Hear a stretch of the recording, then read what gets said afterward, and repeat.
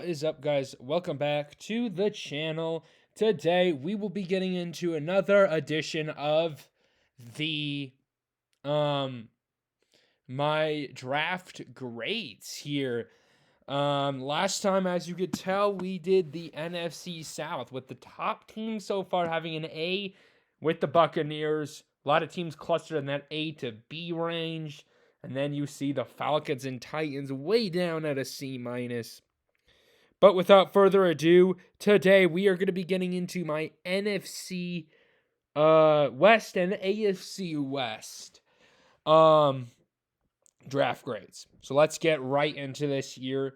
That's going to start out with my favorite team, the 12th man for life, the Seattle Seahawks, who, in my opinion, had a great draft. Let's dive right into this year.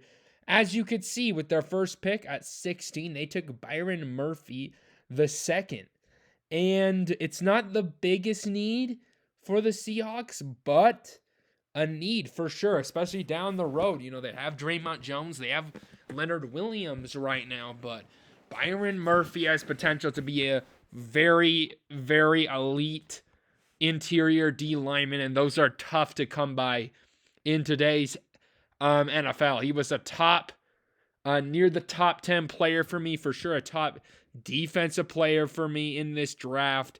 That's a great pick for Seattle, and to get him at 16 is almost a steal. Not quite an A+, but a very good A in my book. Don't want to be too biased with that one.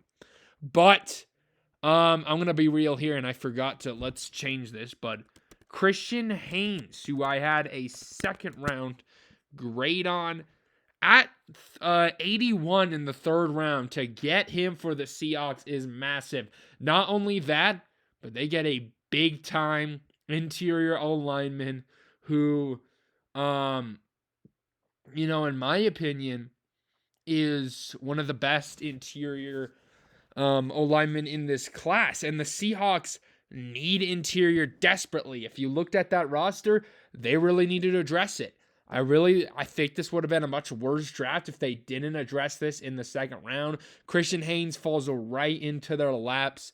That is a tremendous pick for Seattle to get some help for Geno Smith on the interior. A+ value too there in the third.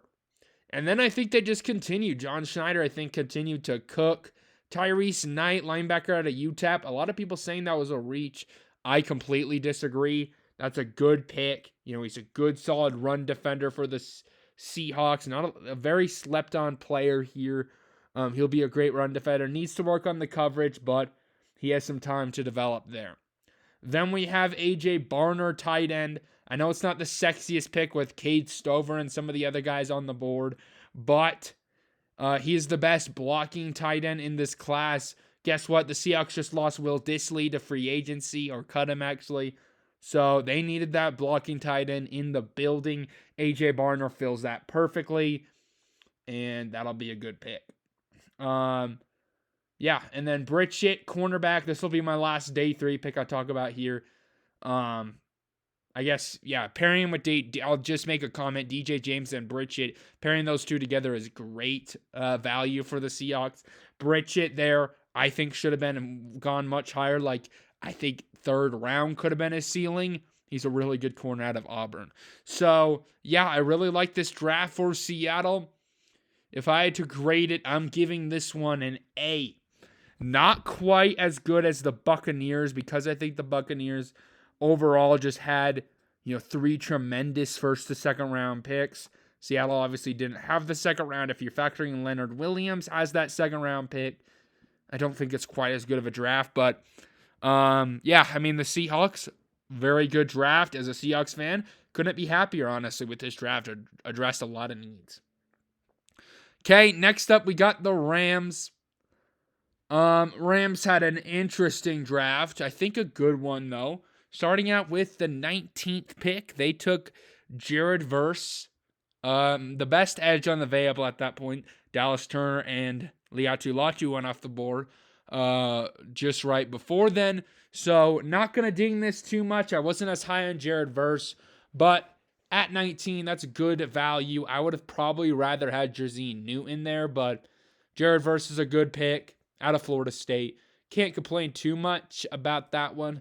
But the one I am going to be critical on is Braden Fisk. He's a third to fourth round talent for me. Has a lot to go to be a day one starter. I'm actually giving this one an F. Also because they traded up for this one. I believe they gave up a third round pick next year as well. That's just not great value there. I just don't see the process. I know you're pairing up two, Jared Verse and Braden Fisk back together, but on tape, I just didn't see it with Braden Fisk, I'm going to be honest. But Blake Corum, running back out of Michigan, that was a good pick in the third round to get an extra back in the backfield. Then also Cameron Kitchens out of Miami, a good safety prospect. I think that's a great fit for the Rams defense. Some solid day 3 picks. The best one being in the 6th round at 217, Boix Limmer, who I think was a 3rd round talent to get him down there out of Arkansas. I know he had some injury concerns, but that's just great value in the 6th round. I really like that pick from the Rams. So, overall, the Rams, I'm going to give them a B, actually, in this draft. It was close between a B and a B+. I did lean to B. They will have a better draft than the Jacksonville Jaguars, in my opinion, though. But, yeah, I mean, I just don't see it with the Rams here. Taking Braden Fisk, other than that, though, it's a solid draft.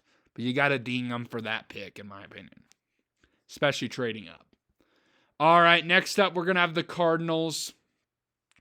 And the Cardinals, I think, sneakily had a very up and down draft here. Starting out with their first pick, taking Marvin Harrison Jr., that was the peak.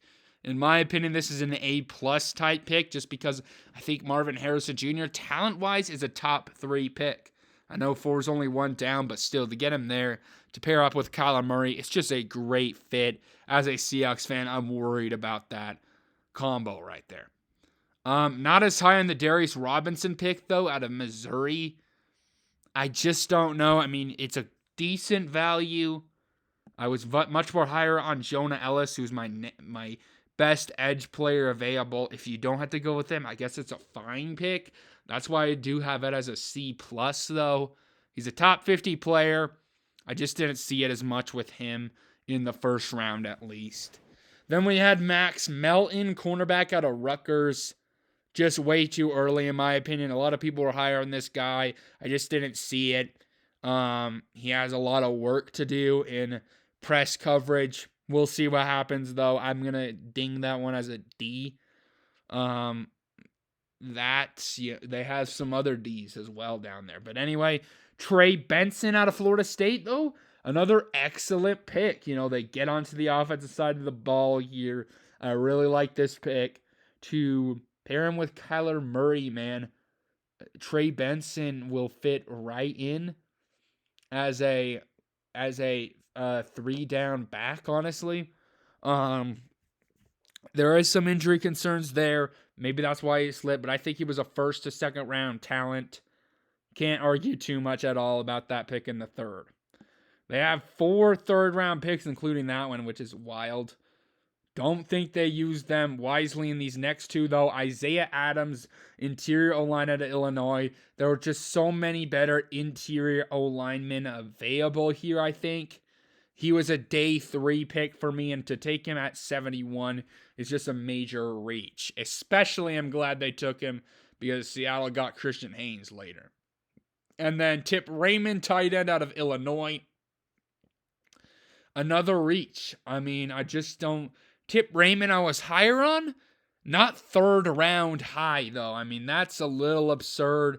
They go back-to-back Illinois here. I mean, he's a good player, but he has a lot of work to do to develop into a tight end.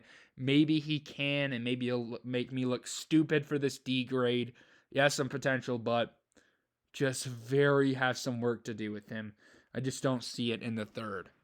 And then Elijah Jones, cornerback out of Boston College, a good pick. Not going to comment too much on it. It's a B- pick. He was a solid corner out of Boston College. That's a good pairing with Max Melton. That being said, Max Melton was a little bit of a reach. I think their draft looks a lot better if they flip Max Melton and Benson, but that's not how this works. Then day 3, I think they had 2 steals with Xavier Thomas, edge out of Clemson. I think he was a 3rd to 4th round talent. You need edge help. Good double dip strategy here. Get a best player available. Really like that pick. And then Christian Jones out of Texas, a good tackle, A+. I think he should have gone earlier than this. So great picks there for the Cardinals. But like I said, it was an up and down draft, especially with all the draft capital. I think they could have done better than this. I'm going to ding them a bit. I'm going to give them a B with the Jaguars and the Rams. I'm going to put them above the Rams and the Jaguars because of just the immense talent they got. But I think this could have been a better draft, honestly, for Arizona. All right, so you see the board now. Let's move on to the last team in the NFC West, the 49ers. The Niners started out the draft. A lot of people weren't as high on this one as I was. Ricky Pearsall out of Florida. When it comes to these receivers, they're all around. When you get past like the first 4, it could go all the way. And Ricky Pearsall was a part of that conversation and that mix. So I'm not mad with this. And he fits He fits really well into that Niners offense. Are they trying to ship Debo or Brandon Ayuk? This pick makes me think about it a lot. I'm not sure, especially them taking another receiver in the 4th. But we'll see what happens there with the Niners. But good, solid pick for Ricky Pearsall. Not the best. Not a great A+ pick, but it's just a solid B pick in my opinion. Then Renardo Green, cornerback out of Florida State. A little bit rich for me. I had a 3rd round talent on him, but a good pick regardless. They needed a corner. The corners were flying off the board. Green's a solid player. I give that one a B- for them. Dominique Punu, though, offensive tackle out of Kansas, had a 4th to 5th round grade. It's a little bit of a reach there. He has potential, though. Just stash him in the lineup. See what can happen. But if you're expecting him to play tackle right away from me, I just don't like that. But a pick that really I hated as a Seahawks fan, Malik Mutafe, safety out of Wake Forest. I was very high on this guy. 2nd round talent. He is just a great box safety and what the Niners want to do. I think he will fit perfectly in that system. And I could see him being a tremendous player and a playmaker for the Niners. And then Isaac Gerardo, good pick, my running back 10 out of Louisville. But then some solid picks in day 3 for the rest of it. So, yeah, the Niners, good draft. The Dominique Punu pick kind of dinged it a bit, but Malik Mutafe pick was good. Other than that, it was just a decent, solid draft. The definition of a B draft, in my opinion, and that's where I have the Niners. I do have them below the Rams and the Cardinals. And just because I'm a Seahawks fan doesn't mean I'm purposely putting these teams in B. I genuinely do think these teams had a B-type draft. I know it looks sus with the Seahawks up there and then these 3 down there, but trust me, I'm not doing that on purpose. All right, let's get to the AFC West, who I think all had pretty solid drafts. Let's get into this, though. Starting out with the Chiefs, taking Xavier Worthy, wide receiver out of Texas. Great pick. I mean, it just fits perfectly in the Chiefs scheme. Is my wide receiver 7. I had a 1st to 2nd round talent on him, so this is probably a little, earlier than I thought it would go, but just the scheme fits perfectly for him out of Texas. I am gonna give this an A-, just because they had to trade up for him, had to give up some draft capital to go get him. You're gonna have to ding them for that, but other than that, really good pick for them. Then Kingsley Sumate, offensive tackle out of BYU.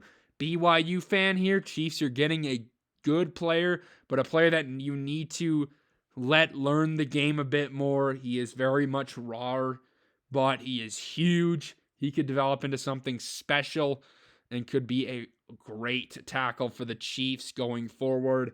I give that one an A. Really like that fit for the Kansas City Chiefs. And then you get to day 3. I really like the Jaden Hicks pick. I had a 2nd to 3rd round talent. That's a certified steal there. My 5th safety in a great safety class. I really like that pick for the Chiefs. Could be, one of those gems in the 4th. Then also Hunter Norazad, inside O-line out of Penn State. A better player than I think the player the Cardinals took in the 3rd. Had a 3rd to 4th round talent on him. Could plug in right away. At guard for you. I really like that pick for the Chiefs. Other than that, though, some decent picks on day 3. So a good draft for the Kansas City Chiefs. Some of those day 3 picks kind of brought this one up to an A for me, but just below all these NFC teams. I think they're below the Bucs and the Seahawks, but right there at the in the A tier, which is a great place to be. Kansas City Chiefs trying to prime themselves for another Super Bowl run. All right, Denver Broncos up next. And the Broncos had an interesting draft, obviously with their first pick taking Bo Nix, QB out of Oregon. This was as high as I could see Bo Nix going, and just a perfect fit, honestly, with how Sean Payton wants the QB to play. That's why it does get a B. I think if you had gone to other teams, I would be a little more critical of it. But it's a good fit. They do need to work on that offense. But good pick for the Denver Broncos. Not an amazing pick. I'm not going to rave about this one. But they needed a QB, and they go and get one. But then Jonah Ellis, edge out of Utah. I will rave about this one. As a BYU fan, I hate Utah, but I very much respect Jonah Ellis as a prospect. Had some injury concerns coming into this draft process, but if you watch his tape, he is a tremendous edge. He would be at the top of the class if it wasn't for some of these injury concerns. Reminds me of a cheap man's TJ Watt in a lot of ways. I had him in some of my first round mock drafts when I was doing those. Just a tremendous pick, I think, for the Denver Broncos in the 3rd round to get some edge help. But then another great pick as we get to this day 3, Troy Franklin out of Oregon. 2nd round talent for me. He completely slipped. I wasn't as high on Franklin as a lot of people were, but Troy Franklin in the 2nd round is a great pick, especially when you take into consideration you already have that Bo Nix, Troy Franklin chemistry going with the two of them. So already I really like the pairing there for Bo Nix. Sean Payton, respect to you a little more for this draft. I'm not the biggest Sean Payton fan, but this has been a solid draft for him. And then you get to the Audric Estimine pick, also a steal, running back out of Notre Dame, getting a good backup in the 3rd round that could develop into something more than that, especially Javonte Williams. He gets injured a lot. You have no idea how healthy he's going to be throughout the year. So you need some stability there. Audric Estimine's a good pick, as well as Chris Abraham's Drain, which honestly might be another A+. Out of Missouri, you obviously lost some corners. You could use a good secondary piece. Honestly, that might be another A+ pick because I had a 3rd to a 4th round talent on him. So that might be 4 A+ picks in a row. You take that onto consideration. I think the Broncos had a great draft here. I'm going to put them below the Chiefs in the A column, but I really like how they fit around here, trying to recover from the Russell Wilson debacle.